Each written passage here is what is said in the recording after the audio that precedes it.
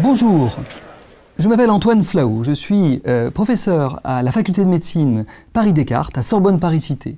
Merci d'avoir choisi ce cours sur le chikungunya dans l'océan Indien en 2005-2006. C'est une aventure que nous allons vivre ensemble pendant plusieurs semaines et je voudrais vous présenter tout de suite l'ensemble du groupe qui a contribué finalement à tout ce que nous allons essayer de voir ensemble pendant cette épidémie de chikungunya et qui a mobilisé des disciplines, pas simplement la mienne, je vais vous la présenter, je suis médecin épidémiologiste, mais aussi d'autres disciplines que nous allons petit à petit explorer au cours de ce cours, que ce soit en épidémiologie, je l'ai dit, mais aussi en virologie, en immunologie, en entomologie, c'est-à-dire la science des moustiques, en sociologie. Vous allez voir toutes les disciplines mobilisées pour essayer de comprendre, pour essayer de résoudre, pour essayer de répondre à une crise qui est apparue soudainement. On appelle ça les maladies émergente, une maladie infectieuse parce qu'elle est liée au virus du chikungunya, transmise par un insecte, par un moustique, et qui a déferlé sur l'île de la Réunion, mais aussi sur l'ensemble du bassin de l'océan Indien, Mayotte, Madagascar, les Seychelles, l'île Maurice. Vous allez comprendre cette épidémie, on va essayer ensemble d'en analyser les moteurs, les éléments déterminants, mais aussi les actions qui ont permis d'essayer de résoudre le problème et d'y répondre. Alors, épidémiologiste, qu'est-ce que cela veut dire? Ça veut dire en grec la science des maladies des populations. C'est pas uniquement les maladies transmissibles, ça va être le cas dans ce cours, mais c'est aussi les maladies chroniques, le diabète, le tabagisme, etc. C'est l'étude des maladies dans les populations, pas les maladies uniquement des individus.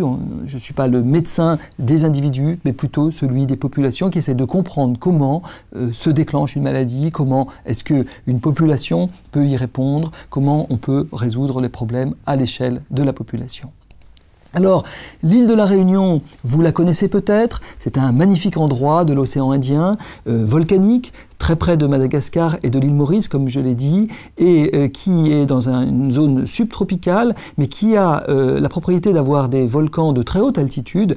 Et d'ailleurs, la population, 774 000 habitants de cette région française, et de ce département français par ailleurs, est essentiellement concentrée sur la zone littorale, tout autour de la côte de cette île de l'océan Indien.